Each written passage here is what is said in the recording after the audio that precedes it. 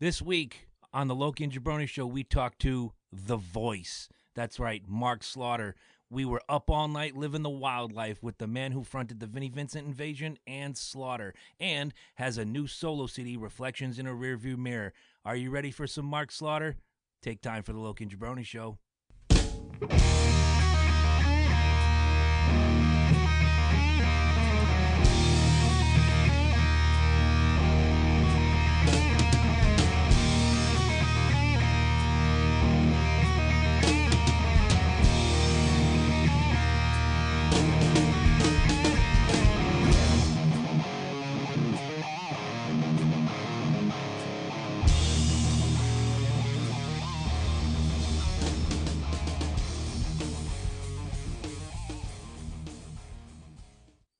And happy birthday, America. Yes, happy Independence Day, everybody. Welcome to the Loki and Jabroni show. My name is Loki. I am Jabroni. And we are here for your entertainment needs. This week, as said in the intro, we have the very fantastic The Voice, Mr. Mark Slaughter, on the show. We had a 50-minute interview with him. At first, it was kind of funny. He said he had 30 minutes. Yes. I got to go pick up my son at work. I have to pick up my son. I have 30 minutes, which I think is kind of cool. I think that's his code word of saying, if you're a dick, I'm going to be leaving in 30 minutes. Yeah. I was looking at my watch, if you remember, and it's like 33, 35, 37, and he's still going, and he's comfortable, and oh, wow. And I was like, yeah, that's when we got our peak.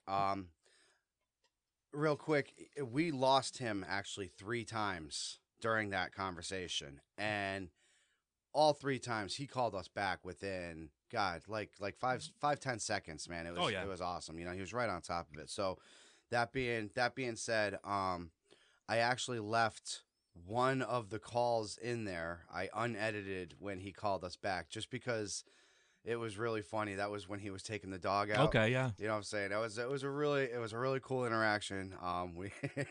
You got to kind of see that, you know, that human side of the rock star, sort of say he's out there picking up dog crap, you know. So we kept that in there with his gigantic pup. Oh, that thing was huge. And a little bit of a shocker. I got to give a big shout out to Mr. Eddie Focus. Yes, our sound indeed. guy, Raising the beer right now. He did help me out a lot. We interviewed on Monday, and on Tuesday I went to check it and make sure everything was good. Unfortunately, it was not good. We received the 137 bug on the Audacity program, which essentially means it takes the entire file and just throws 6 seconds wherever it wants to. When Audacity records a file, it does it in 6-second intervals. So it's easier for you to edit and go back through and anything else that you have to do. Unfortunately, I had to take each one of those 6 seconds and break it down, listen to it, and put it into minutes to fully complete a 557 6-second puzzle. So it came out really good. Like I said, I really got to thank Ed, because without him, I mean, I had the ideas, I just didn't know how to do it technically, and he was here for me. So when I talked to Ed on Friday on the phone, he had told me everything and you had already told me that morning what you'd went through, and the first thing out of his mouth was, "There's a reason we didn't call you. We didn't want your head to explode." No, it's not only that.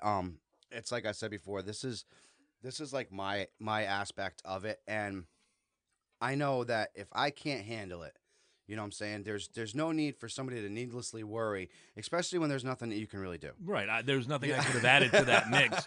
I mean, except for an occasional worry text. Yep. Like, how you doing? How far good? is it? Yeah, exactly. Are you okay? Exactly. But no, we pieced it together. We got it together. We got to everybody's questions, we feel. Like I said, we did lose him 3 times, so we were a little scatterbrained a couple times there. And don't forget, guys, it is Mark Slaughter, and we're still fanboys. Mm-hmm. I mean, we try to keep this calm and collective as best as we can, but he drew us out a few times. Yeah, exactly. No, I'm very much a fanboy of Mark Slaughter. I'm not going to fucking lie. I mean, you can definitely hear it in the interview. You could tell I'm excited, you know. There's one thing I'm upset about, and it's nothing to do with the hard work you put in to restore this interview, but Mark recorded a fantastic bumper for the show, and unfortunately, we don't have it anymore. And this was within the first 3 minutes of talking to him, we're testing his sound. It's like, okay, Mark, what we'd like you to do is record a 15-second bumper. And he put on the rock star attitude, and he really gave us 8 seconds of gold. And unfortunately, you're never going to hear it. So it's going to be locked inside our minds for the rest of our lives. But it was awesome. It was like I said, there was actually 3 total files that I lost, 6-second files. 2 of them went towards that intro that Mark gave us, and the other one, I was asking him a question about him being the only person or only rock star to come out of Las Vegas, Nevada. You'll hear it in the interview. I tried my best to trying to, squeak it together, but without making it sounding really bad. It was the best I can do. So when you get to that part in the interview, I want to say it's probably about like 30 minutes into it. I do ask him the question that he is the only rock star out of Las Vegas because he is from Las Vegas, and he proceeds to answer the question. So those are the only couple hiccups that you actually will hear in the interview. And like we said, we definitely wanted to incorporate his intro, but unfortunately, that was one of the things that we did lose. So you got an extended Jabroni intro because I was only going to give you 3 seconds and let Mark do the rest. Exactly.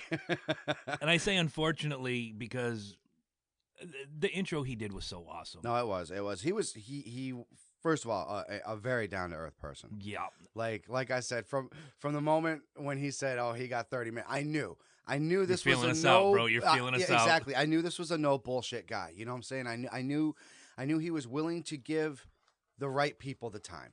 You know what I'm saying? But he wasn't going to sit there and be like, hey, I'm going to give 50 minutes to some, assholes that are just going to sit here and pick me apart. And believe me, we could have sat there all we could have. But we didn't even really touch the past. I think we did a good job of bringing into his future. I really wanted to blow up his new record. Which is fabulous. If you have not heard it or bought it or whatever, go to your local place. A lot of the things that he talked about was really cool. That one track that has over 200 My sound favorite, pieces. Carry Me Back Home. Yes. At the end of the interview, when we close out, I have the websites where you can order Reflections in a Rearview Mirror. If you're an iTunes person, I bought it on iTunes. I didn't want to wait for it. Yeah. I knew we had Mark coming. I wanted to hear it now. Unfortunately, I am a streamer. I have Google Music.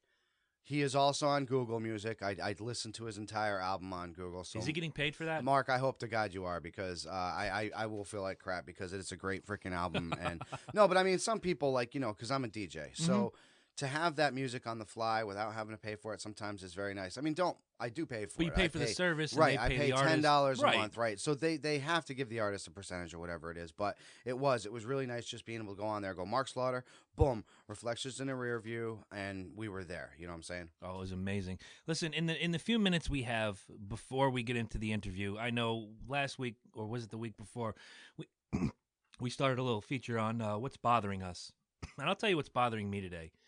Today's Independence Day. Oh, yeah. It is the birthday of our country. It's the 4th of July every year. Why do we dumb it down and call it the 4th of July?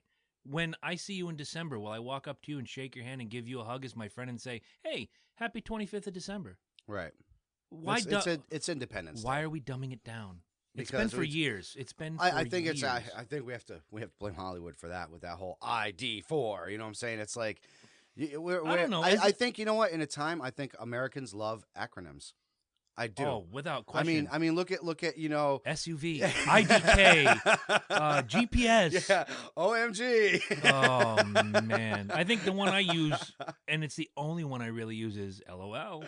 Yeah, exactly. But my favorite is when somebody writes LOL, ha ha ha. Yeah, well, you already laughed, dumbass. It's an But when I leave here every Saturday, I'm going to the truck. I'm not going to the SUV. Oh, exactly. You know, I'm telling. I believe Americans love acronyms. I think they do. I think they just like shortening everything up. A lot more people just like to be lazy. Yes. They don't want to work at something. Independence Day is a lot harder to say than 4th of July. Mm-hmm. That's 4 syllables versus Independence Day. Look, a whole 5 syllables. Yeah, it's a whole You're missing 2 one. Wow. Yeah, there you go. One whole big syllable. See, congratulations. So you just saved 3 seconds of your life so you can go OMG, LOL, BRB, IDK.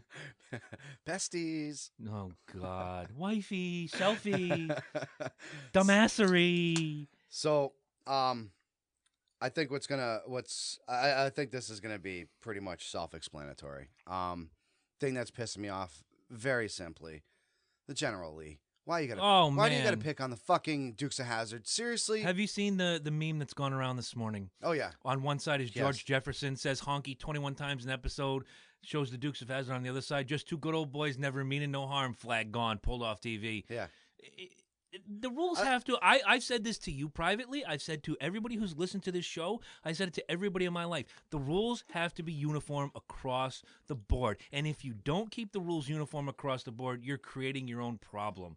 Absolutely. Are we going to take Archie Bunker off the air? Because he was racist, but he never said any words that were racist. He implied it. No, absolutely. That was the beauty of that show. But the Jeffersons, honky this and honky Tom that. and Jerry. Oh my lord! Are you kidding me? With the black face paint in certain come on, man. Yeah. I mean, it was like you sit back and I remember throwing that on when my kids are like 4 years old, and then Caleb loved Tom and Jerry. Oh yeah, love that show, man. And I would sit there and I'd watch it when I was like 30s, and I'm like, sitting 2 feet to my left is episode 5's intro girl, Emma Burns. You know what I had her watch from a very young age, and I never realized how it taught her. And this is not a bad thing. This is a good thing. How it taught her to be accepting of races. I bought her a box set of Fat Albert and the Cosby Kids. Oh, I love Fat She Albert. loves it. Yeah, yep.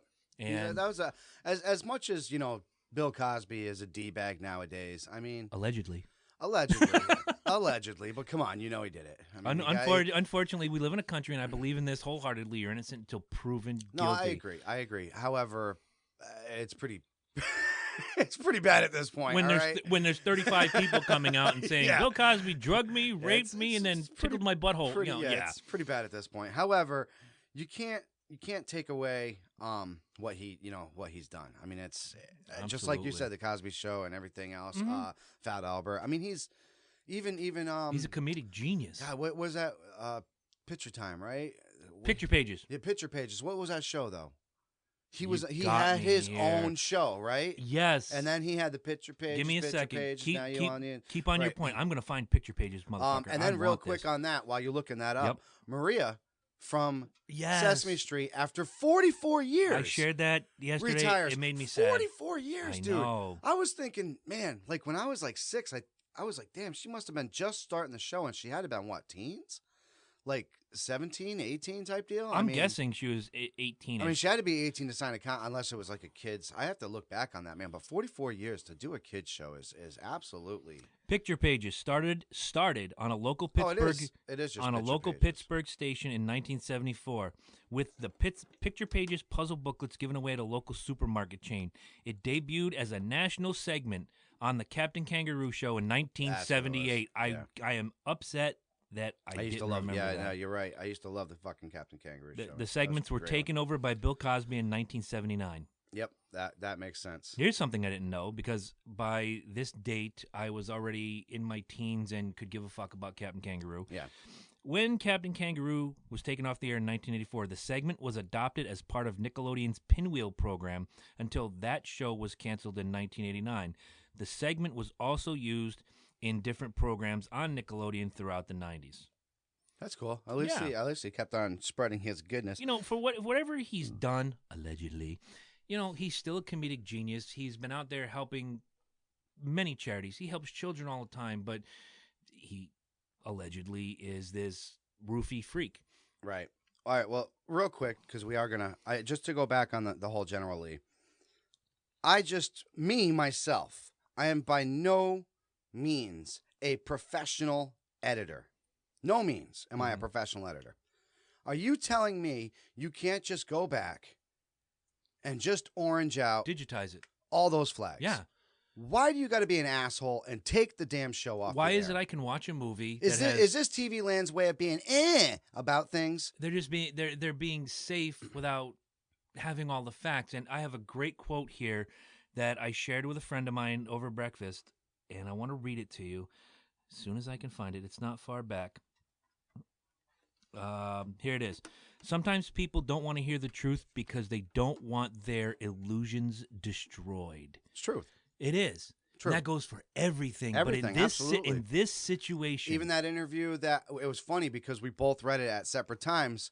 The Gene Simmons. My dad is full of shit, and so are you. But you notice he didn't shit on his dad. He was like, "This is what you do when you're a kid." You put your dad, and you, like you said, on you a put pedestal. this image And when that image gets broken down, you are in a state of shock. As you become older and you learn the truth about the world, you realize that your parents are absolutely 100% full of shit, and this one will learn it about me, and your two will learn it about you. And I'm not saying you're full of shit or I'm full of shit, but they're going to learn that we had to bullshit our way through certain things. We aren't perfect. We absolutely all have not. Chinks. Nobody we is all perfect. have chinks in our armor, Absolutely. and that's what we try to do is protect it as best as we can. We need to stop hating each other so freaking much. We need to stop nitpicking. If it's okay for you guys to step and flop all over our goddamn great flag, but yet you're afraid to have another flag flying over a Capitol office, come on, man. Might as well take them all down. Yeah, why even be like that? The Seriously. taxes are so high in the state of Connecticut where we are now. I want the state of Connecticut flag taken down because I'm offended. I am too. It's ridiculous. Oh, now Lord. if you're in a whole other bracket, now your taxes are 6.99. You know what offends me? Bullshit offends me. Dishonesty offends me. Running out of beer offends me. Yeah. But I'm not going to parade my anger to the world and ask for things to be taken down. Budweiser offends me, although it is on the car of the 2014 Sprint Cup champion Kevin Harvick. I had to throw that in there. Yeah. But, certain things offend me. I don't cry about it.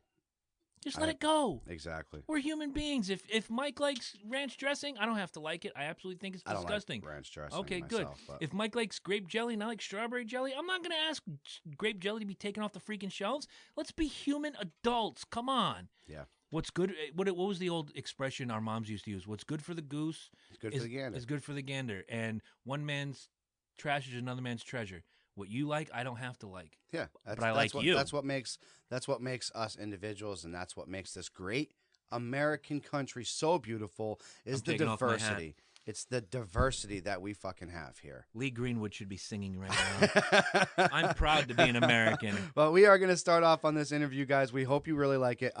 Real quick, to our 4th of July babies out there, Mark Slaughter is one of them.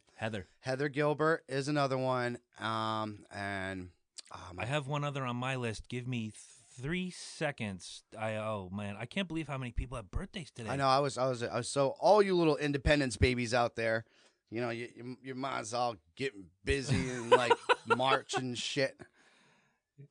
But no, seriously, guys, have a great birthday, and we really, really hope that you guys enjoy this interview. Bubba Lee, happy birthday. Sarah Collins, happy birthday. Heather, happy birthday. I can't believe she's 41. I didn't realize she was 41. I know. Did I just ruin something for Heather? No, I think she's come to terms. Be proud. Be proud. I'm proud to be old and still be able to be in the mosh pit. If we have any new listeners out of New York, since I know Chris was very nice to drop. Oh, actually, no, you were in Boston too. So we deposited very many Loki and Jabroni cards. You said 20. I gave away and left behind at least 25 cards. Yeah, so I gave a couple too. We have 45 potential listeners. We welcome any new listeners we might have picked. But only one of us left one on the Ted Williams statue. Yeah, that was cool. All right. Cool. All right, so we're gonna get right into this Mark interview, and we hope you guys enjoy it, and we'll be back right after. We'll see you in a bit. Hey guys, what's going on? We have Mr. Mark Slaughter on the phone. We are so happy and pleased to bring him. Mark, how you doing, man? Doing great. Doing real good. How about you guys? We're doing friggin' fantastic. We feel like kids at Christmas right Absolutely. now, bro. We've been going nuts all day waiting to, we got some questions coming in. We have a lot of the people chimed in from your personal fan page, so that was fantastic. And I have to say that I just saw you a few weeks ago at the Wolf Den at Mohegan Sun, and I handed you the business cards for the show. And then the minute I told Mike about it, his eyes could have lit up the sky. He's been waiting for this for 2 weeks. No, it's that's really, great. really that's happy, great. man. And you sounded phenomenal. You still have the pipes after all these years. Yeah. Well, thank you. Thank you, man. I appreciate that. No, we appreciate it. All right, so we're just gonna go right into it because we know that you're a very, very busy man. You recently, for those who didn't know, you just recently came out with a new album. You digitally released it in January, and then in May you actually released it to CD format. Between digital and say CD format, did you prefer anything more, or is it one easier than the other? Especially since you guys were multi-platinum. I mean, back in the day, you sold what, 5 million plus copies? I mean, Right, right. And then it gets into the gray zone when, people are downloading and everything else. And then it just kind of, all that just kind of disappears. So, yeah, it's above 5 million. We, won the American Music Award in 91. And, it's one of those things that, putting this record out was really not like one of those things that you go, okay, I'm going to put something out just like I did, 20 plus years ago. It's just making music. And I think that I really got to the point to artist makes art. And that's kind of where I went with this whole thing. Oh, we felt it. Absolutely. Was there a particular mindset you had? I noticed a lot of these songs they seemed very, very heartfelt, like Carry Me Back Home and Don't Turn Away. Where was your mind when you were writing these songs? Well, it's kind of a collection. It was written over, it didn't take that long to write the songs. It was written over a year. Okay. And I just picked these songs out of, the collection of songs that I had. But I thought they were, I really wanted to do something that had a lot of heart to it and that really kind of takes you someplace. I wanted to make it very kind of retro in some ways, where it kind of takes you back with the ear candy and the way it was recorded. But as far as like what moves me in writing and stuff, the writing side of it is just, that's probably the easiest part of it, is just trying to get, all the music the way I hear it in my head down the way it is. That was the hardest part. And then I got into the mixing mode, and I called Michael Wagner, who's a dear Michael friend and Wagner? incredible talent. Wow. Yeah. That's a big time he mixed name. The record. Wow. Yeah. Yeah, Michael mixed the record. My mixing sounded good, but I mean, this guy's been doing it for so long, and he's got over 100 million records under his belt. So, you don't run from success, you run to it. Absolutely. And he really did a great job mixing it. Fantastic. So, correct me if I'm wrong, but you played everything but the drums, correct? Everything but the drums. Man, yeah. Some of those guitar riffs were freaking Amazing. fantastic, man. I got to give you mad props. I mean, you definitely ripped that shit up on a lot of those songs, man. Well, thanks. It's hard. One of the things that I've thought about very heavily when we put the band together, for Slaughter, was I was known as a singer from BVI, and I wanted to, and here I am. I really wanted to, still be a front man and still do what I do. And, this record, it doesn't really matter anymore. Everybody's just like, yeah, it's, I think that the good part of the industry now is there is this freedom, so you can do whatever you want to do. Right. And, that's kind of how I looked at this whole process of doing this record. You mentioned the Vinnie Vincent Invasion, and that's the way I got introduced to you, was seeing you guys with Iron Maiden back in the day. Wow. I have one question regarding the Vinnie Vincent Invasion. I know over 30 years you've probably gotten them all. But I went to a drum clinic in 1990 featuring Bobby Rock, and he brought Brett Garsed with him from Nelson. And I actually asked him a question: why did you not jump ship with Mark and Dana to Slaughter? And he kind of gave me the stink eye and said, you're going to have to ask Mark and Dana that question. So here I am 25 years later. Why didn't Bobby make the jump with you? I think that there was a lot of turmoil in that band. Meaning, not with Bobby and us per se. I just think that there was a lot of, through management and with Vinny and everything else, and there was a lot of cloudy areas. And I think that he just wanted a clean slate. I can understand that. And I don't hold it against him, and he's not like, kicking himself in the ass. I mean, he's still Bobby Rock, and he's an amazing drummer, and and a great friend. He's out playing with Lita right now. Okay. Lita Ford. And wow. But he's phenomenal, and I think that's really what it was. It was just kind of one of those things that we had a way that we wanted to do the recording, and the way that we wanted to really be almost in a Mutt Lange approach of very dissecting the parts. And I think that Bobby is really more of just a guy who goes in and tracks the drums down and does it that way. Okay. Right, exactly. Real quick on that path and on that question, sorry. One of our listeners, Janelle White, says, is there anything in your career, like in that past, present, future, that you would have changed? Something that you would have done? No, not really. I mean, I think I was just say you're pretty damn everything successful. is a steps. Everything has its steps. You can go, well, I could have done this and I could have done that and I should have done this. I don't think that, things are the way they are because of the steps that were taken and the decisions that were made. And, I don't regret it, a minute of it. I really don't. I know, exactly. And that's, I was going to say, it looks like every single time like you see any of the live videos or anything else, especially like Chris was saying, he saw you live going on. You just, you're one of what I consider an incredible front man. It's a hard, it's almost like a self-giving job. Like you give so much being a front man that, it's some people really got it and some people really don't. To watch Mark walk around on the top of the tables at Mohegan Sun during, was it Burning Bridges, Mark? And he's walking around and high-fiving and people are getting into it, and that's what I want out of a performer. Give me what I paid for. Give me something special to remember the night by, and not getting hit in the pick from Dana Strum that night. That was it's right.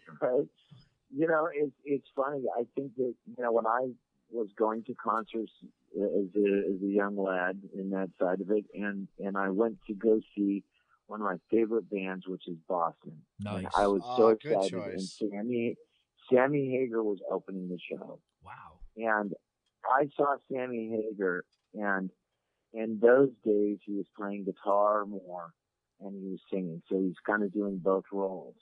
And it was just so cool to me on how he worked the audience, how he was just down to earth. And he's kept that a whole lifetime. And I really look up to Sammy on that side of it, that he really is just he's just the guy who just wants to make rock and roll and just have a good time and party with the crowd. It's funny you bring up Sammy Hagar. I'm sorry, I didn't mean to cut you off. Go ahead, Mark. But I think that's something that I really do feel that influenced me as a front man and going in and out of guitar, Okay, and it's funny you bring up Sammy Hagar because I'm thinking in my mind about Sammy on the way here to the studio to record this, is that there are distinct voices in rock and roll where immediately you hear the voice, you know who they are. Sammy's on that list, Ozzy Osbourne's on that list, and in my opinion and a lot of other opinions, Mark Slaughter is on that list. You hear your voice and people know, boom, that's Slaughter. Do you think of yourself in that pantheon with Sammy Hagar, Ozzy Osbourne, or do you kind of just say, well, I'm just a singer? It's funny because as the young kid who looked up to these people, no. But when I'm around them or hanging out with them, you get to the point where you don't like fan guy out and go, dude, that one thing, it's just part of the etiquette of being a performer. But, I think as one of your peers, but, they know my feelings. I mean, I certainly make it known, but at the same time, I have my reservations of going off that way. Okay. We had another listener question here from Roberta Green. She wants to know, do you prefer larger arenas or the more intimate settings like the Wolf Den, and how is the energy different?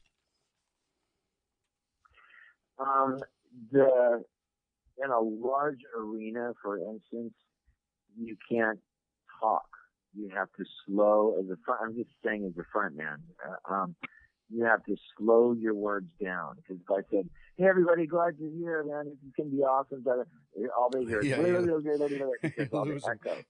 You have to slow down and say, hey, everybody, are you having a good time? It's slow. Right. Well, I remember that side of it. Go ahead, sir. It's a different rhythm for me. Well, I remember seeing you on the Hot in the Shade tour in 1990 with Kiss, and I have a question about that later on. But two questions I have about that is your energy was so out there, and I'm in the 6th row, and I know it gets loud. I've been to hundreds of shows. You were phenomenal at talking and reacting with the crowd. It didn't seem like you were slowing it down.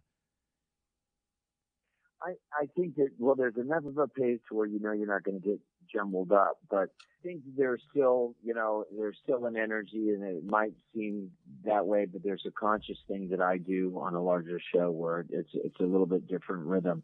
But I enjoy both aspects of performance. I like the smaller and the larger arenas. I think they both have their advantages.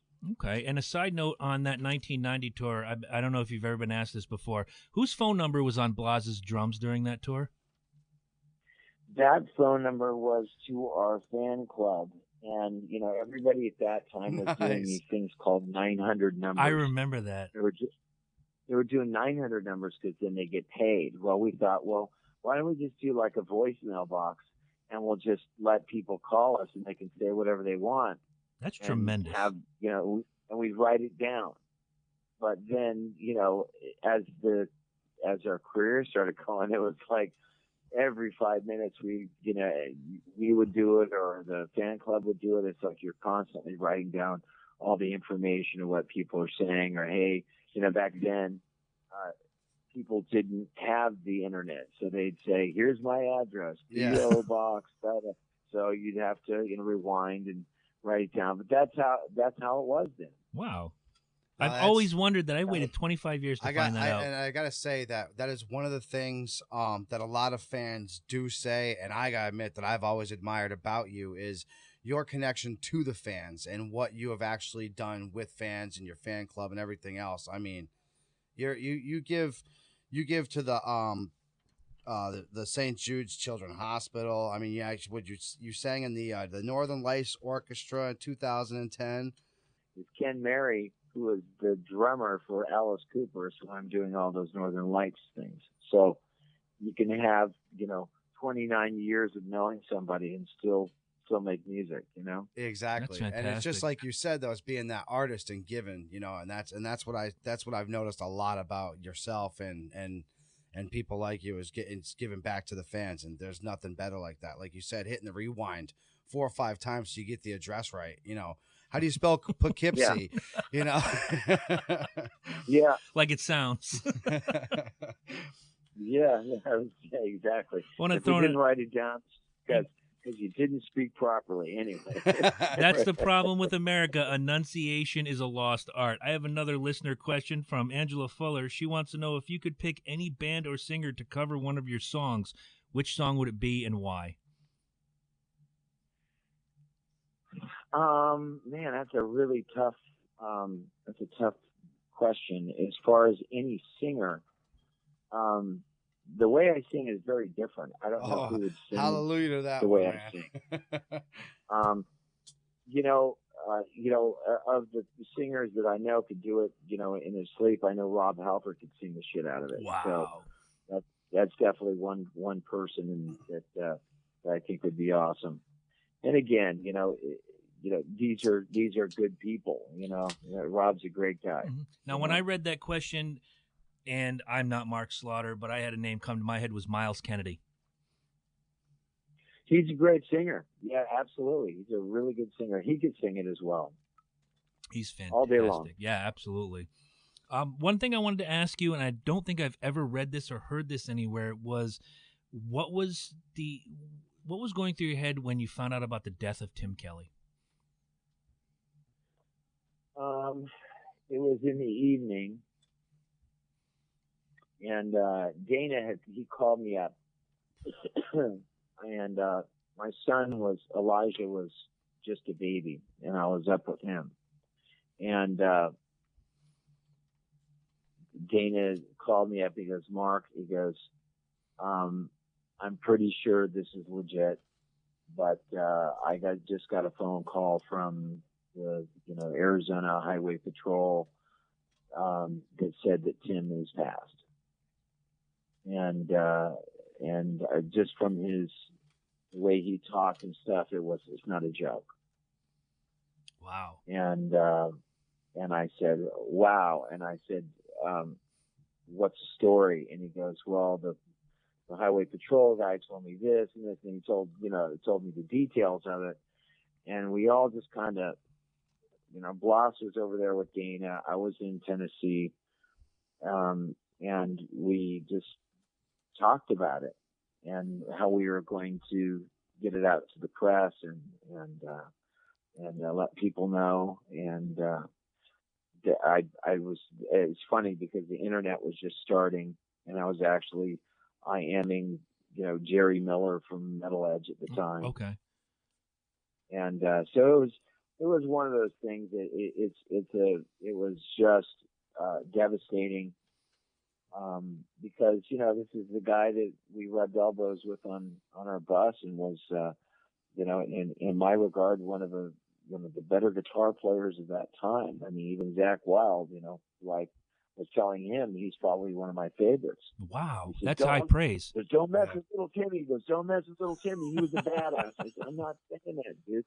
Because he loved him. They were buddies. Well, Zach's one of my heroes. So coming from him, that's high praise. Was there ever a thought in your head or Dana's head or Blas's head that not to go on? Or was it just let's fight forward for Tim? We actually we did talk about it. It was something that we discussed. And, are we going to go on? Who would we use? Who would actually be the guy?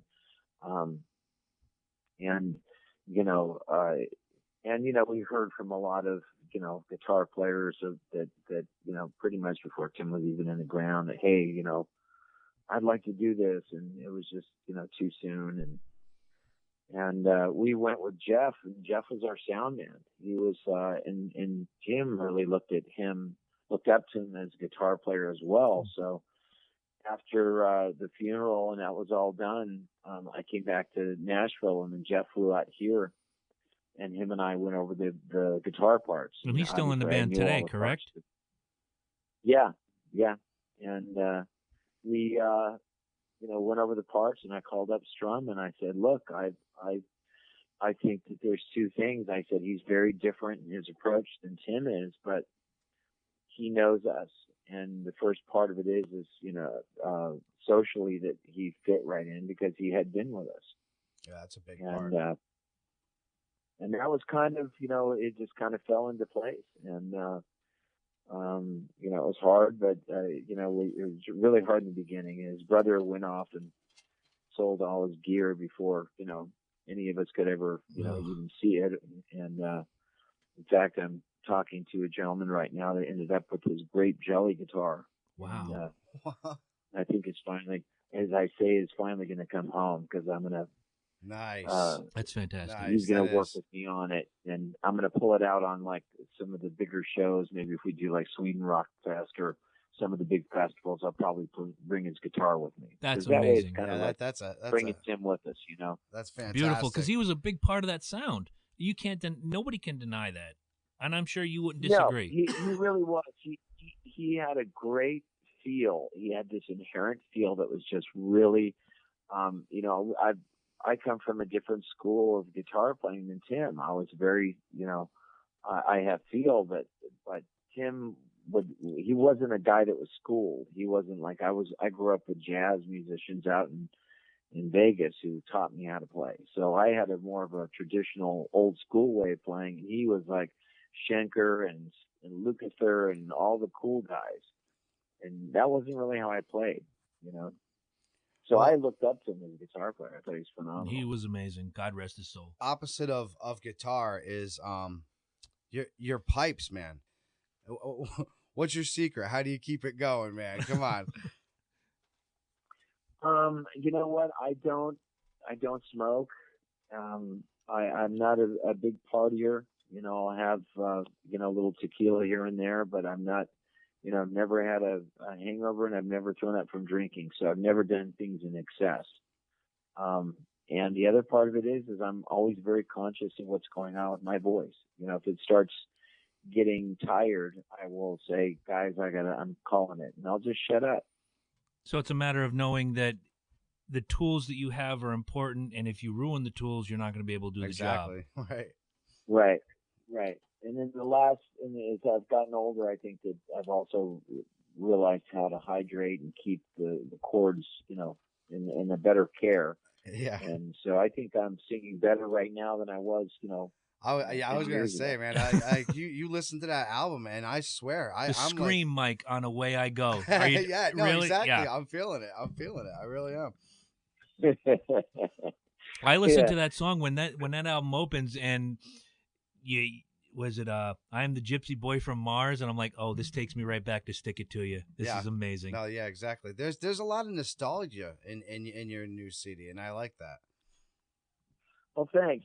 I really, I talked to several lifetime friends about, when I was getting close to finishing this thing, and I said, have I gone too far? In other words, have I gone too far as an artist away from where I came from, or is it just me thinking that, that I'm just being analytical? Because there is a certain thing when you're an artist making a record and you're recording, you're playing every instrument, and you're doing all that, and then you sit back and listen to it, you're more in a critical stage than you are in a person who's just laying it down. Are you hard on yourself when you listen back to your music? I am I'm probably pretty hard on myself, but at the same time, I think it's, it's in the side of art is never finished. It's just abandoned. Mm-hmm. And you just pick a time that you go, okay, that's good enough.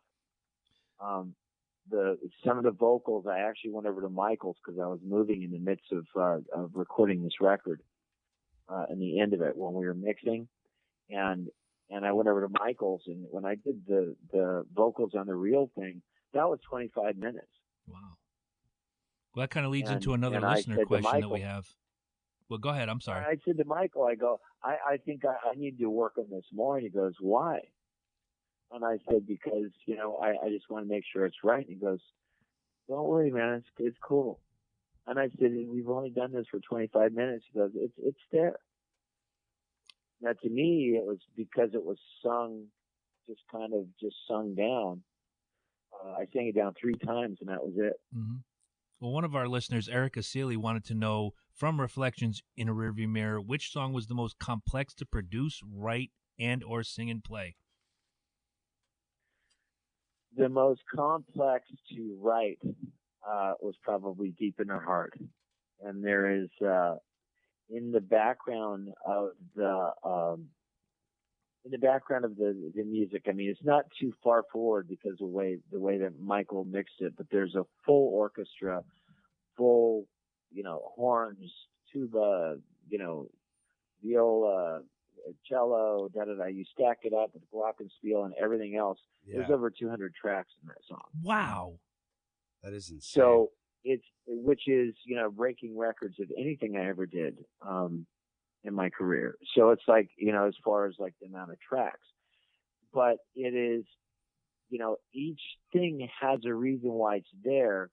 It's not overdone. It's just, you have to listen deeper. And I really tried to put a lot of ear candy on this record to listen deeper, to hear that. Right.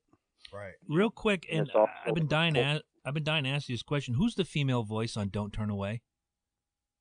Don't Turn Away is Gina Johnson. Wow. Yeah. And she's a really, really talented engineer, and she sings great.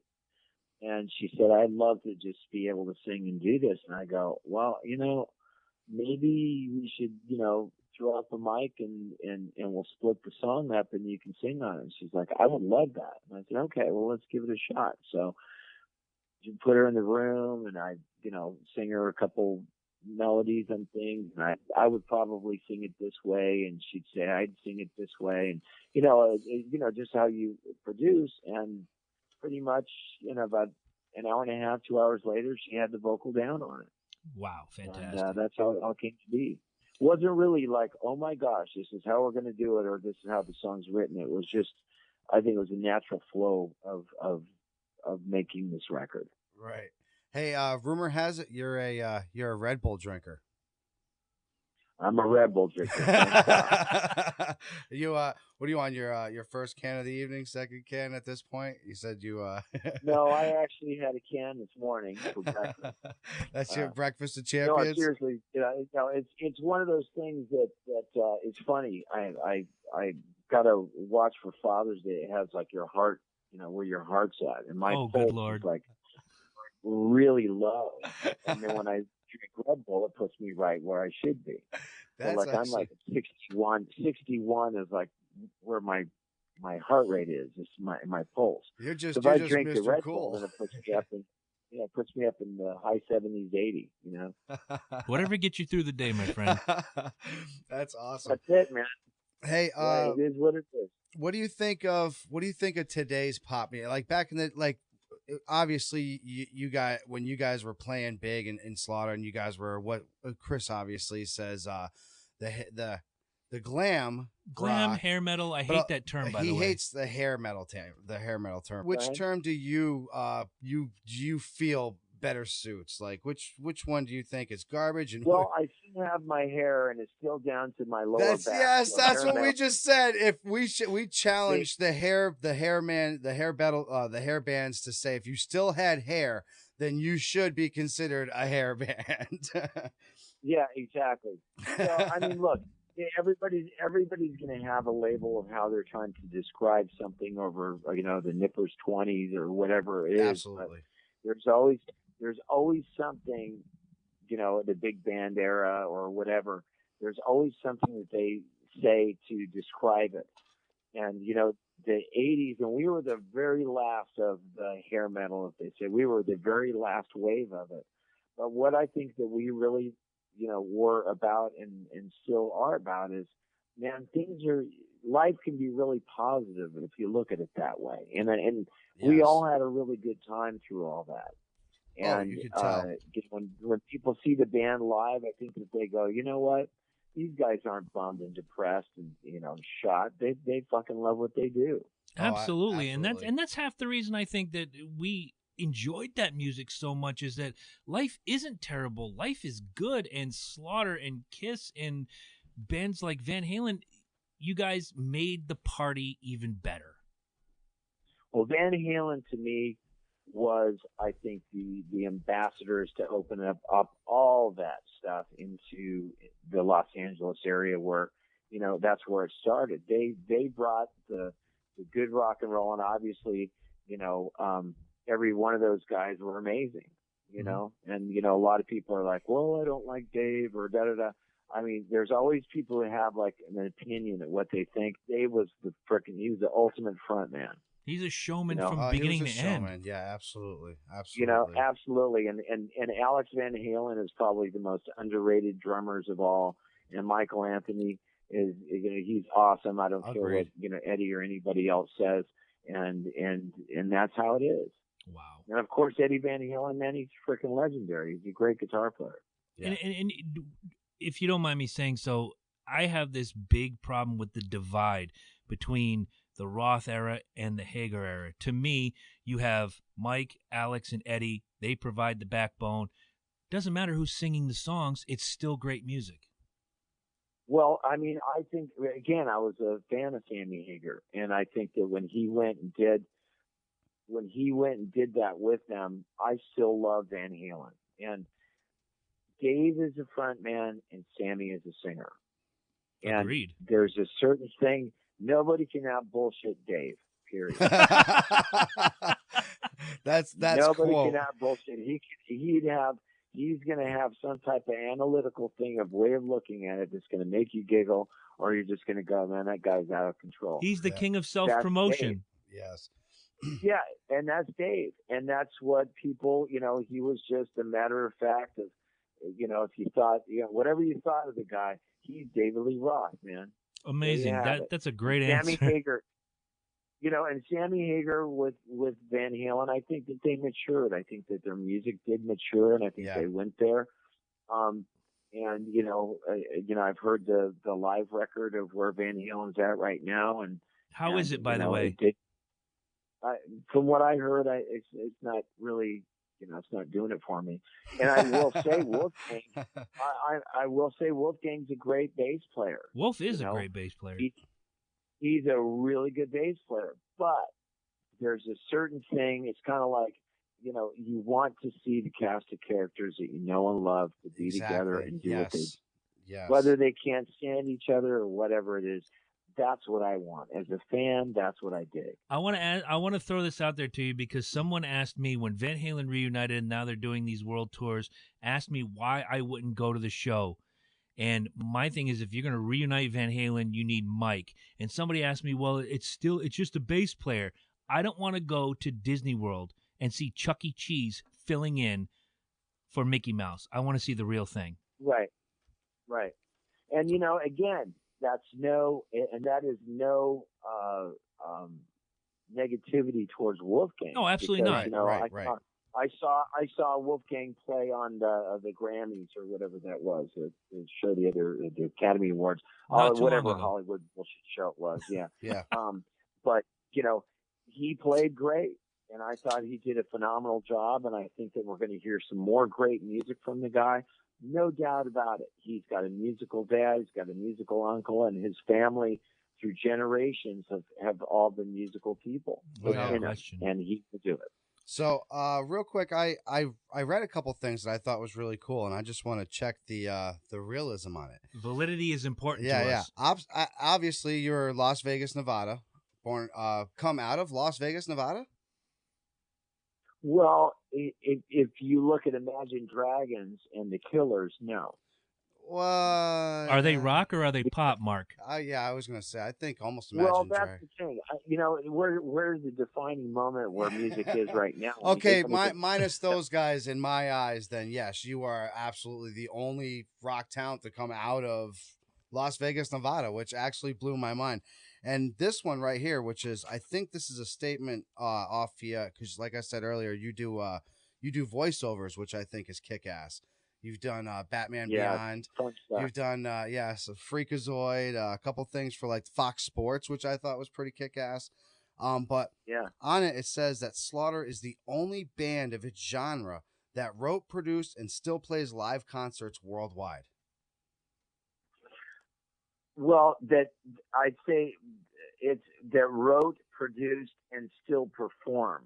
Exactly. I think it's those three. Exactly. I think that we still perform the music that we wrote. And I questioned Mike on that point because and then I pulled myself back only because I've seen a lot of the older acts, and I'm not calling you old. Please don't kill me.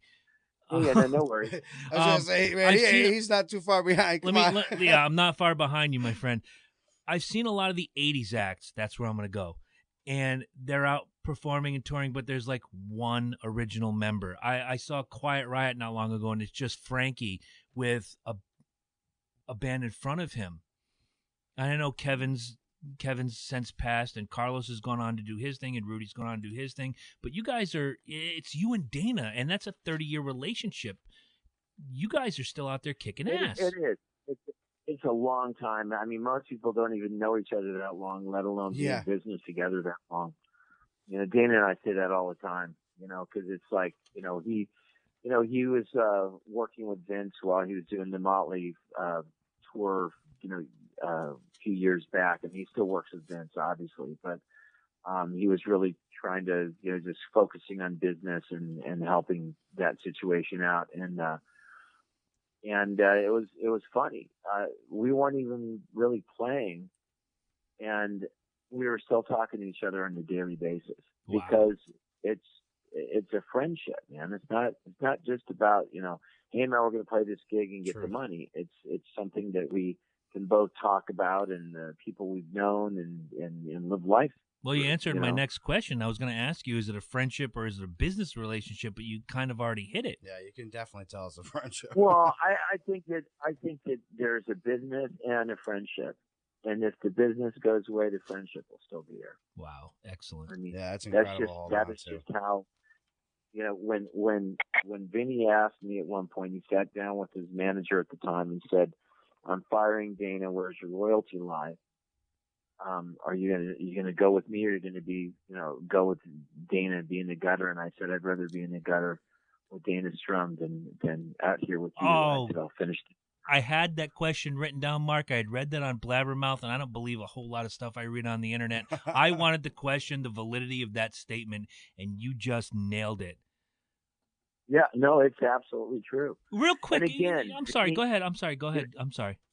And Vinnie, I think had a certain thing that he wanted to do in his band, and it was like, I think the other part of it is, we were probably taking the band in a different direction that he wanted it to be in. Well, you certainly took it in a great direction. Well, I think that we were more concerned with having songs, and it wasn't about guitar playing. And that was going to be one of my questions. And I'm sorry to interrupt you, but I can't hold this back anymore because I saw you guys. You go. The show opened. I believe you were opening. Was it for Maiden? It was one of the two Vinnie Vincent shows I saw with you guys, and the show opened with a 10-minute guitar solo.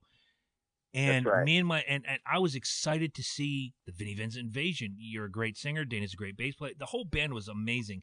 But just to see Vinnie walk out and do this 10-minute Weedle Fest, it pissed me off. Get to the songs. Right. And that leads into Go ahead. I'm sorry. That's what he wanted to do. Again, as looking back as an artist, I mean, that's what he wanted to do. I don't think it's right, but that's what he wanted to do.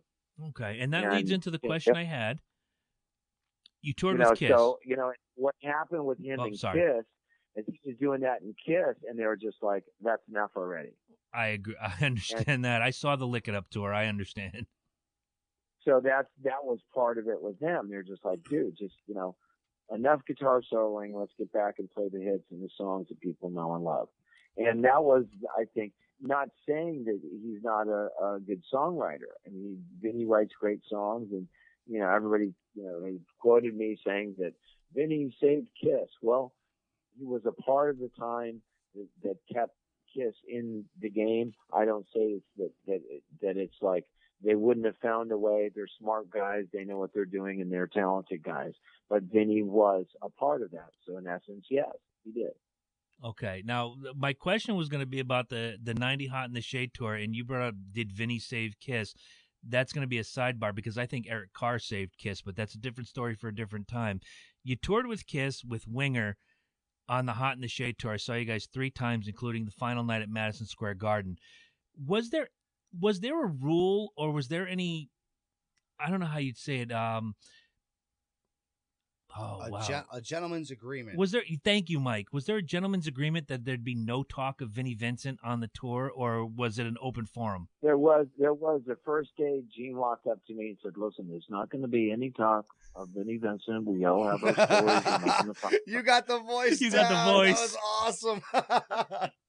Yeah, and he says, "We're not going to do it," and that's that. And we understood, and we're all like, "Yeah, that's cool. It's cool." And then 5 minutes later, you know what really pisses me off about Vinnie Vincent? Oh my God, that's fucking awesome. He's an incredible songwriter, but he shoots himself in the foot every day. It's just, But it is. Again, I'm sorry, go ahead. It is what it is. If there's ever a chance for a Gene Simmons voiceover, you've got the job. That was awesome. Oh, no, Craig Gass has a pretty good too. I've heard that. He's amazing. Yeah, he's a good guy. He's a good friend, and he's a good guy. Okay. We have a good time being goofballs. There's just a thing when you do the voiceover stuff. It's just great being just a goofball. He is. It's like the thing where your math teacher says, you'll never amount to shit if you just keep doing this. You'll never, you can't just be a goof. And when you get paid the money that you get doing it, sometimes you laugh and go, man, the teacher never got it. I think the guys from Jackass proved that. Yeah, exactly. Okay, so I have a listener complaint, not about you, but about a guy that was at the show at the Wolf Den. Angela Fuller, again, I mentioned her earlier. She went to the side of the stage and took pictures of Zoltan, and they're waving back and forth, and she got some really great shots, and he threw her a drumstick, and some fat guy got in her way, knocked her over, and took the drumstick away. She wants to know if she can get Zoltan to send her a drumstick. Reach out to him on his website. Absolutely. Zoltan Chaney. What I a have no great. control over this. I have no right. control over the amazing Zoltan. You know, I was Amazing impressed. Zoltan. I was impressed for all those years with Blas Elias, and what a phenomenal drummer. But Zoltan is energy personified. Well, and again, he's a different type of drummer. But at the same time, you know, there's some really great things that all these guys have done. You know, Blas is a great drummer. I wouldn't take that away from him ever. But then you look at what, you know, Zoltan's doing, and it's amazing stuff. It's a different style, but the energy is still the same.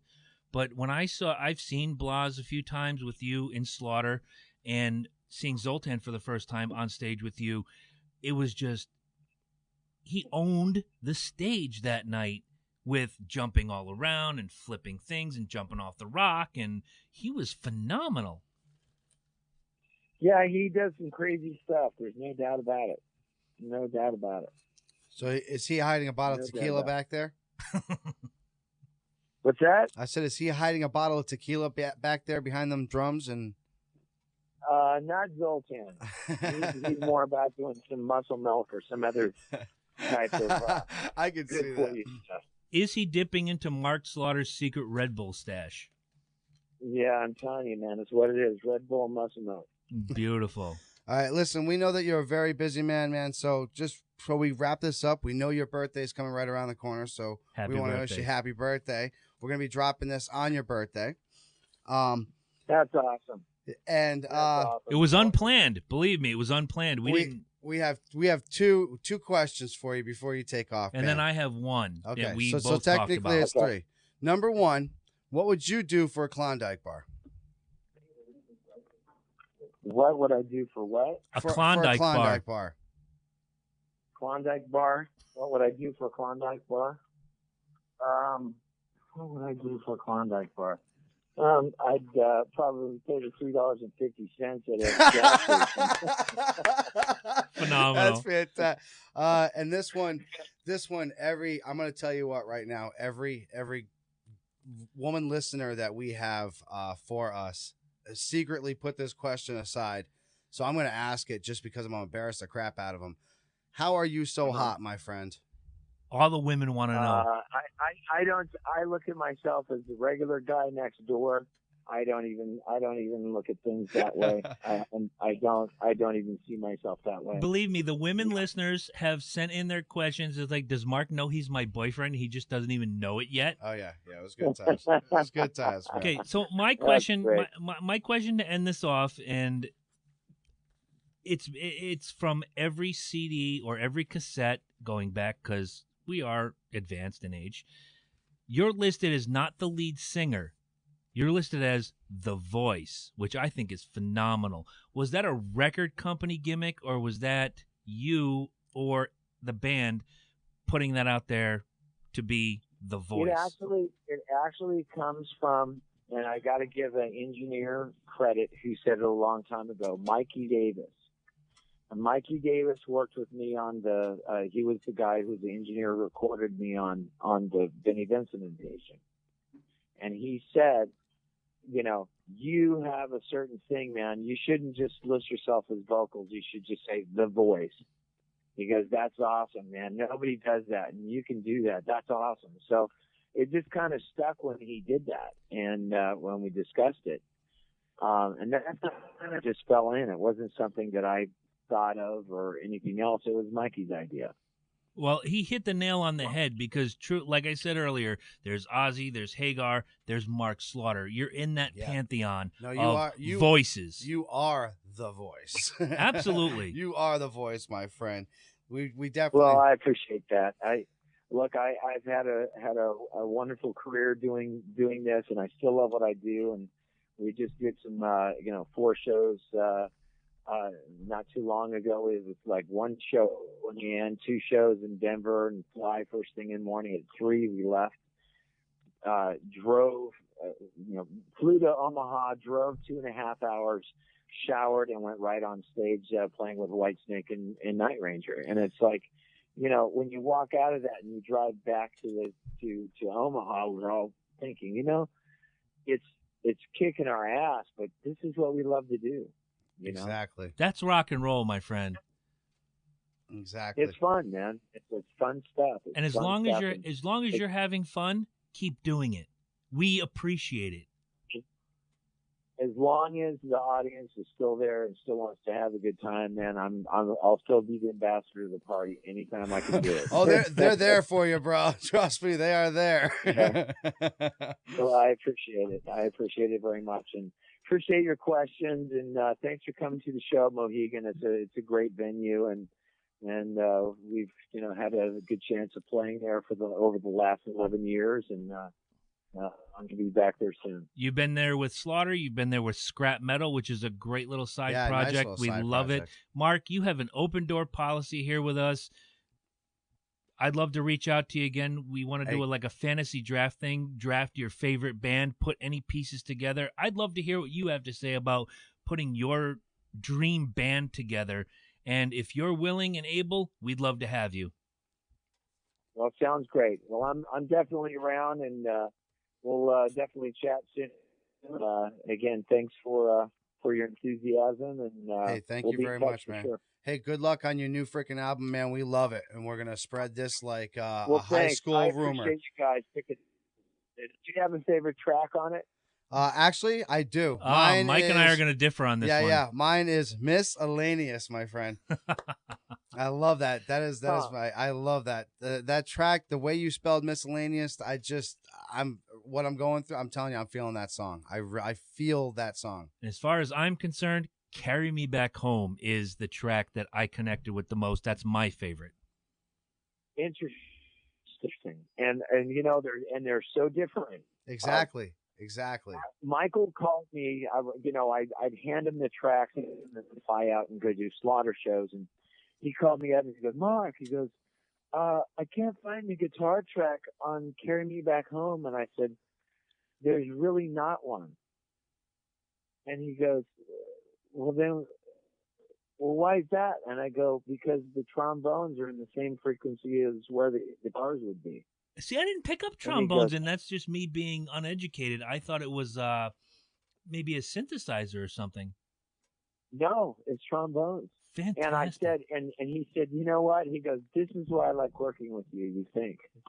That's amazing, because I had this vision in my head when I heard Carry Me Back Home of you're driving through a countryside, the leaves are falling, there's a white picket fence, do-do-do-do-do-do, and it's this fantastic vision. It really captures Nashville. It does capture the countryside here. Yeah, definitely. Wait, really you say you live in Nashville? I do, yeah. Have you seen Vinnie Vincent? No, I haven't seen yet. My eyes are open. I've got my goggles on, so we're looking. I'm sorry to have thrown that out there, but I know he's in Nashville. He's been in the news a couple times. He really needs to get out there and write again. Hey, so real quick, you said that there was multiple tracks. I'm sorry. Yeah. You said that there was multiple tracks on your new your new album. You said that one had over 200 of them. The one song, Never Given Up, had the Army left, right. Great call. Left, We're right. both military. Away I Go also had. It sounded. Did it have like children playing in the background? Was there some? Is there a tie-in? No, Away I Go was actually flight attendants as I was. Okay. I actually hit the call button and recorded it. That's right. You know, when you push the button, you go ding dong, and then the stewardess will come over and you say, "Can I help you, sir?" And you say, "Yeah, I need a stiff one." You know. Yeah. You can hear that at the end of the song. What's that? No, that's what I was talking about. Yeah. Go ahead. It starts. Yeah, it starts the whole record that way, and then I actually recorded flight attendants talking at the end of it. And then I have my dog that passed away in January. I had to put him down, but that was Bubba, my dog. Oh wow! Snoring. That's so you put all these different sound effects. I was gonna say that it's crazy because when you're listening to it and it does fade away and you have your headphones on, you start hearing these different things and it's like, where were what's the meaning behind it? You know and where what that took me back to, Mike and Mark? this will take you back too. This took me back to the end of Up All Night, where you hear the little girls coming in, "Land where my fathers died." That's the shit that I always loved that we would do. It was like, let's just do stuff that there's no rule, you know. Exactly. Music that has like it takes you somewhere. It was amazing. Put headphones on. Hello. Hey. Okay. Yeah, that's what happens when you're walking around, walking the dog before you get to up his work. I figured as much, man. Listen, he's the man of the people. We appreciate you very much for doing this, man. We know you are a very busy man, especially all the things that I've seen that you've done lately. So, thank you very much for your time. Well, appreciate it, and I'm sure we'll talk to you guys soon. Just be in touch, and keep doing what you're doing, man. We appreciate your passion. Excellent. Right. Thank you. Thank you very much, man. You have a great night, and happy birthday again. Thank you very much. Listen to this. Here's a big dog for you. All right. Thank you, dog. What's the dog's name? That is a big. Are you sure that's not a freaking Sasquatch? This is Junior. He's 8 months old. 8 months old. He's got a bark of a huge angry dog. I was going to say, how big is that? What breed? He's a Great Pyrenees, and he weighs, at this point, he's about 120 pounds. Oh, my God. Wow. Good luck with that one. All right. Mark, thank you. Thank you so much. This was fantastic. Well, thank you, man. Appreciate it, guys. The door is open. Please come back for our music fantasy draft. I certainly will, and you guys keep doing what you're doing because we need it. Absolutely. We're going to drop the link on your page. I hope you listen. You keep doing what you're doing, man, because this new album is fantastic. Absolutely. For real. Thank you very much, Mark. Well, thanks. Thank you, guys. Have a wonderful evening. You too, bro. Good night. Bye-bye. Good night. All right, guys. I hope you enjoyed that. What a freaking fantastic guy. I just want to say one thing. There is a guy who is unspoiled by his success.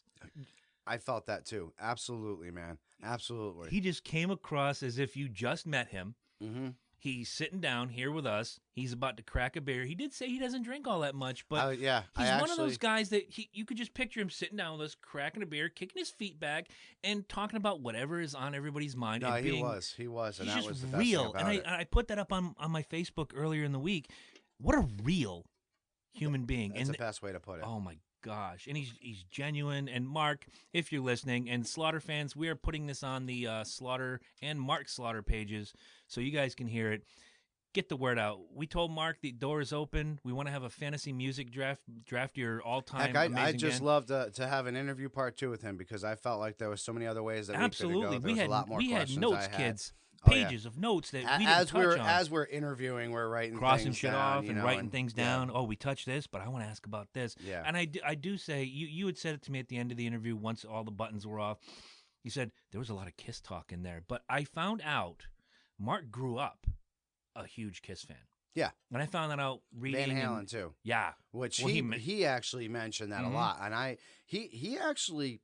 He had some really good things to say about David Lee Roth, which I thought was kind of the opposite. I thought he was more of a Sammy Hagar guy than a David Lee Roth guy. And he is. He does state that he prefers, like, obviously Van Halen became more mature with Sammy at the helm. But there's a fun with Van Halen, David Lee Roth. And that's era. where he almost got his fun frontman from. You know what I'm saying? So there's a lot of questions that we had written down that he answered just like through just through context, you know. If you guys could have seen our faces when Mark did his Gene Simmons impression, that was perfect. It sounded just like Gene himself, and I'm a Kiss fan from way back. We caught that too. We caught that. Trust me. Wow. It sounds great. It sounds really Mark, good. There will be no talk of Vinnie Vincent at all on this tour.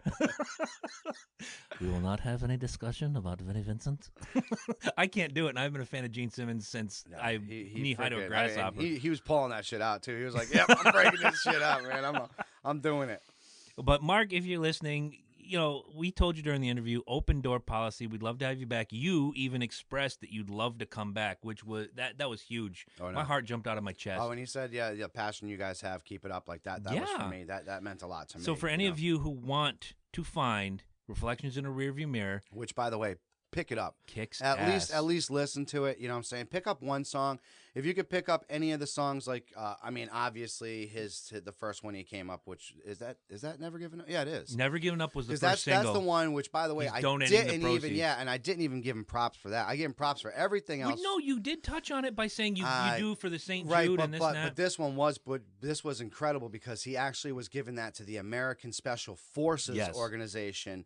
So I think it was like 20% of the proceeds of that song alone went towards the families of Special Forces. So that was freaking. So if you buy it as a single or you buy the entire album, do yourself a favor. If you're a Slaughter fan, do it. The 3 ways you can find. His first song, just like we said, Away I Go. If you guys plug that song in and he gets to that high, and you don't feel like we felt that nostalgic Mark Slaughter. I told him I felt Stick It To You all over again. Absolutely. And it was awesome. Absolutely. Which is why we were like, damn, you definitely kept those pipes, dude, because there's no doubt. So the 3 ways you can find them is on markslaughter.com. That's also where you can order Reflections in a Rearview Mirror if you want that special CD, and I'm not going to tell you anything about it. You'll have to go find out for yourself. To find the band at slaughterusa.com, and Mark has the Mark Slaughter Official on Facebook. Please get out there and tell him how much you enjoy his music. Tell him how much you enjoyed his interview here today. Just tell him how much. He's really active on that Facebook. He is. He did a Throwback Friday there where he actually did one of his pictures from the cover album, not Stick It To You. It was it was I can see it now in my head. The one right after, because he had the vest that looked like the Indian print there. Yep. And like I said, Dan, if I can't remember it, I saw that too. He's always on there. So, and I'll tell you what, he's really, well, we can't say it enough. He is so down to earth, genuine, like definitely genuine. He is just somebody you would just go up to and just could sit there and just BS with. Seriously, he's a great guy, absolute fantastic guy.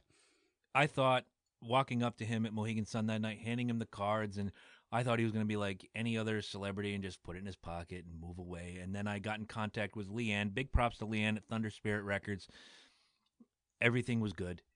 This was great. Smooth. No, with regards to the one incident that happened to me, which is why that really, you know. As far as getting him here, no, that's what I'm saying. That was smooth, and that's, I guess I should have expected it, because as smooth as the transition was. On every parade, a little rain must fall. But we had to, man. I mean, like I said, there was no way. There was no way. Now, in honor of Mark, do we actually do the final countdown when we go into top 10, or should we just leave it alone? Because no, I'm gonna leave it alone. Mark is Mark. Yeah, Mark's the voice. Mark's the voice. He is the voice. We don't fuck with that shit. Thank you again, Mark. If you're listening, and I hope you are, thank you again. Door is open. We'd love to have you back for the fantasy draft, just to hear what an actual live, just real rock star. What kind of band would he draft as his ultimate band? Yeah, exactly.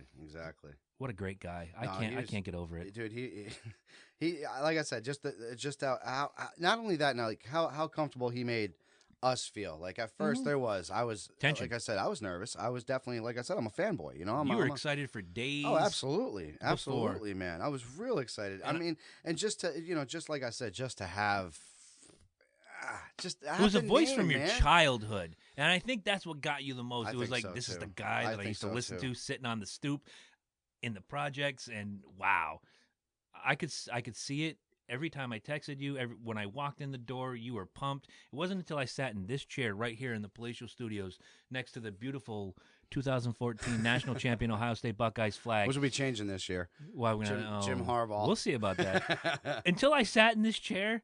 When I sat down and my ass hit the chair, I'm like, holy shit, Mark fucking Slaughter. I told you all during the week, I was thinking that, man, this for us is a game changer. Absolutely. It's huge. I mean, we've been dropping hints all day. All week. You know, obviously I talked with Minnesota. I've talked with Red Sox. You talked with the Yankees. Oh, I got a list. Hold on. It's in my pocket. I'll tell you we're trying to get as many cool people on this show as we possibly can. Well, unfortunately, I have some bad news before you get into the top 10. We got turned down flat by the Red Sox and the Yankees, and they gave me, both PR people called me. So I give mad props to both sides of the fence, Red Sox and Yankees. Because they are the two top teams in the major leagues, they are inundated with requests for phone interviews and etc. Oh, yeah. They have to turn down, and this was a quote from both teams, anywhere between 70 and 80% of the interview requests.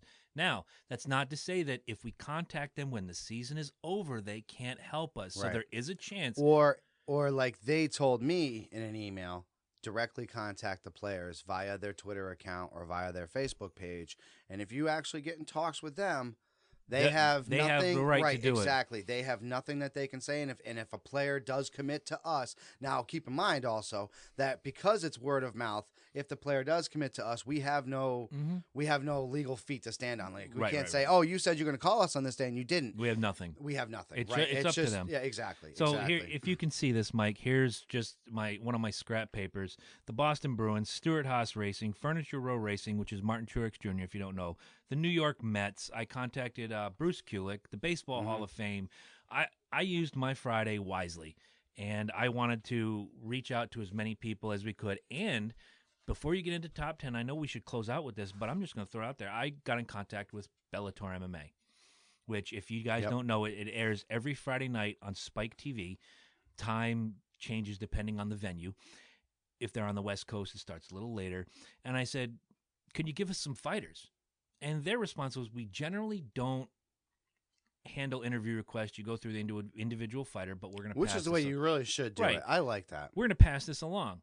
Well, I kind of did a little on my own, and next week we're going to do an entire MMA episode, and we have 3 fighters who come out of Connecticut who are nationally known that are going to be on the show. Matt Bissett, Josh Diekman, and Blair Tugman. And if you've never seen these guys fight, I urge you. We're going to be posting some videos throughout the week on our Facebook page, especially Bissett. I actually. You seen Matt? Yes, I have. And Josh Diekman, if you've never seen him, is a house with a head. He is big. He's just a and monster. Diekman is the one that's running the. Diekman. No, well, it's the other one that's running the major fight right now, right? Tugman is the first fight coming up. Bissett has a fight in August. I'm not sure when Josh Diekman has his next fight. But Tugman is the one that I believe we're going to be doing him last. Yes. Because we want to promote his fight and we want to get him we want to promote all their fights, right, but absolutely. Let's be honest, Blair's fight is the closest. Yeah, exactly. 2 weeks from today. Right. Matt Bissett has a fight in August. He's solid in training right now. Oh, without question. Now he's. Let me get the message he just sent me. And in fact, as I pick this up, Josh just sent me a message as well, which is phenomenal, fucking tastic. Blair said to me, "It sounds good. I appreciate it. I'm looking forward to talk next Saturday. I'll be at the gym training at that time, right? But I will take a break and talk to you guys." And I told him, I said, "Look, we're going to give you about 20 minutes." He's going to be fucking juiced up. We're going to be like, "So, man, how you doing?" And I told him, I said, "Look, this week we have 3 fighters. We're going to give you each 20 minutes. But if you ever want to come back and do a full 60 minutes, the door is open." And he was like, "Wow, thank you. I appreciate it." No, so we definitely, like I said, this is first and foremost, this is an entertainment show, and that's what we want to do is bring as much entertainment to you guys as possible. Different areas too. I mean, we love our segments and the way that we do things, but we also like bringing you guys these interviews too, because for us it's a good way for us to get some training. Right, and the fact that in 2 weeks, back to back, we have Mark Slaughter, and then we'll have these 3 fantastic fighters coming on the show. We're going nowhere but up. Yeah, exactly. I'm thrilled. And real quick, before we do close out into the top 10, the other person that I did contact, it is a cowboy. It is not Tony Romo. Oh, darn. I am trying to get a hold of Byron Jones. Wow. Because he is actually from Connecticut. He's from the University of Connecticut. He was drafted by the Dallas Cowboys. So we're trying to get him. I can't promise anything. No. I mean, he's until we have it, we never announce it. He's a first-round draft pick. I mean, everybody wants to talk to him. Who knows? But like I said, being from UConn, we might have a little pull. He might get that little hometown feeling. Go, look, hoping. Here's two hometown guys doing their thing. I'm going to give them. That's what I'm hoping. That's what I'm hoping. So like I said, I threw it out there. We'll see what sticks. I'm sorry, and because of my advanced age, I may have forgotten. Did you cover the question from the young lady that we didn't get to with Mark, but he answered anyway? Yes. Okay. Yes. Yep. That's just me being me, folks. Nope. We like I said, when we did everything, we covered as best we could. And some people sent multiple questions, so if only one of your questions got asked, at least you got out there. So please don't be upset. Like, oh, I wish you would ask that question. Well, I'm sorry. We're giving you information towards his website. Yes. If you felt like you didn't get enough information for your question, hey, just go to his Facebook page and be like, hey, I listened to that interview and it was fantastic. Could you just embellish a little bit more on this answer? And you know what? I'm going to tell you what. He will take that 5 extra minutes out of his day to answer your question because that is how cool he is. I don't doubt that. He was just so freaking awesome. No, definitely. Thank you, Mark. All right. So I'm going to be festive today and not really funny because I'm excited about, the interview. So I don't want to take away from it. I am going to do the top 10 fireworks displays as per Condé Nast of the Traveling Network. Okay. Now, my honorable mention is probably by no stretch of the imagination a awesome firework display or beautiful. But you know what? For those of you who have grown up and been around here, the Groton, New London fireworks have been magical since I was freaking 4 years old. Now, looking up on those things. Where did you watch them from, Groton or New London? Always watched it from Groton. Okay. Always from my old man had a little fishing boat. Fort Shantok. Trumbull's on the other side. Yep. We'd sit in a boat. See, those in are the river. I did have two chances to be on a boat. And when the radio folks would say, okay, Groton, say hello, New London, and you get to this, it was a science project as you're sitting there to see how far and how long it takes for sound to travel. Okay, New London, say hello to Groton. And how long it takes thousands of people and their voices. That to me was the best part. That was cool. The fireworks could have been secondary, but just to hear the wave of sound. No, it was a way that we all connected. And that's what I really, that's like I said, this isn't by any stretch of the imagination the best looking fireworks display. However, the nostalgia, and every single time I go there, every year, I always bring a little piece of my past back with it, Is the Kiss playing under the Brooklyn Bridge in '96 on there? No, these are every year. Okay. These aren't special events. These aren't special. This is, you can go there every year on the 4th of July, and they have this going on. Excellent, you know what I'm saying? Excellent. Same thing with my honorable mention. Every 4th of July, you can count on. And Sailfest is next week. Exactly. But so don't guys, forget, like Sailfest isn't, Sailfest isn't its own thing, even though they do kind of do the Independence Day fireworks on that day. Well, they did them last night. I was there for Ocean Beach 75th anniversary. Actually have their own Independence Day celebration, and then they'd have the Sailfest. They tied in with Sailfest now. Right, exactly. And now to save money, they do it that way. Yeah. But, I mean, that's where we are now. Either way, happy birthday, America. All right. Independence Day. Independence Day. America. Number 10. Now, keep in mind, these, if you guys are ever in any of these areas, they happen every year, and they are spectacular. You can also find them on YouTube if you want to actually watch them. Number 10, 4th by the Pier in San Francisco. All right, yay. Over those 49ers. Okay, number 9, Lights on the Lake in Lake Tahoe. I've never been there. I do want to go there. So, I mean, I might want to. I'm thinking. Imagine seeing the reflections of the fireworks exploding off the lake. That placid lake, that in Tahoe. rippling. Is that in Tahoe? That's that the Salt Lake? I think so. Yeah, okay. But it's like flat. Like exactly. No ripples. Exactly. It's like timid. So just to actually see an explosion going up here and then boom right down on that. Badass. Number 8. Let Freedom Sing in Mark Slaughter's hometown of Nashville now, because he is in Nashville. They have the biggest light display. Ooh. Because they actually have like rolling trains going by and all this other stuff. So a laser light show type deal? Exactly. Wow. But the fireworks display isn't to par with, say, like number 5, the rest of them. But the light show is the biggest light show that you can ever see during 4th of July. Pennsylvania has the Wawa Welcome America. You know I had to put Wawa in there. Come on, man. God bless Wawa. Number 7. Number 6, Fair St. Louis in Mississippi. They do it right on the Mississippi River. Wow. So it's, that's pretty cool. I can only imagine how cool that looks. Independence Day in AC. That's right. They light up Atlantic City. Nice. They completely engulf And Atlantic City needs all the help they can get, believe me. Mm-hmm. They're still rebuilding. Number 4, Kaboom Town in Dallas, Texas. They are known for having the biggest booms, although they aren't the biggest fireworks show. Nothing wrong with that, because there's no boom coming out of Cowboy Stadium, I can tell you that. Number 3, the Boston Pops. They do an incredible show in Boston, Mass. They used to show that on public television, exactly. If you remember, Channel 2 back in the day. Wow. Yep. That was great. Number 2, I actually have a tie because the 2 different places I went to, one had this one and the other one had the other one. So I figured I'd put them both on here. Disney World and Washington at the National Mall. I've actually been to the Disney World one at Epcot Center. It was fantastic. Yeah, the 4th of July is incredible. Or Independence Day, my bad. They light it up, I keep doing it too. That's see okay. That? You see that? That's because it's engraved in me. Mike is contributing to the laziness of America. So, like I said, the other one is on the National Mall, right in Washington, D.C. I mean, it's your nation's capital. If you fuck that up, come on, especially off of that glass pond they have there. Wow. And besides, obviously, fireworks for your favorite team when they win, or fireworks, like whatever. That's not Independence Day. Yeah. What is Independence Day is the Macy's 4th of July in New York, the biggest fireworks display ever. Every year, they absolutely blow it up. I mean, especially New York City. Oh, come on. The most beautiful city and I'm a Boston. Yeah.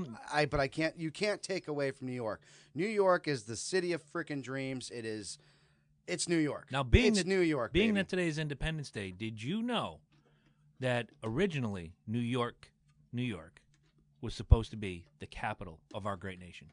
I could see that. That would make complete sense. Yep. But Washington D.C., for whatever reason, they chose that, and I think the reason why is because it's so tucked. New York is just easy access. Yeah. You throw our nation's president, our nation's leader right there in New York, and I don't know. I think that's a recipe for disaster. At least in Washington D.C., they got to make a little push. You know what I'm saying? Virginia and Maryland and all this surrounding you. Exactly. You got a little bit of safety.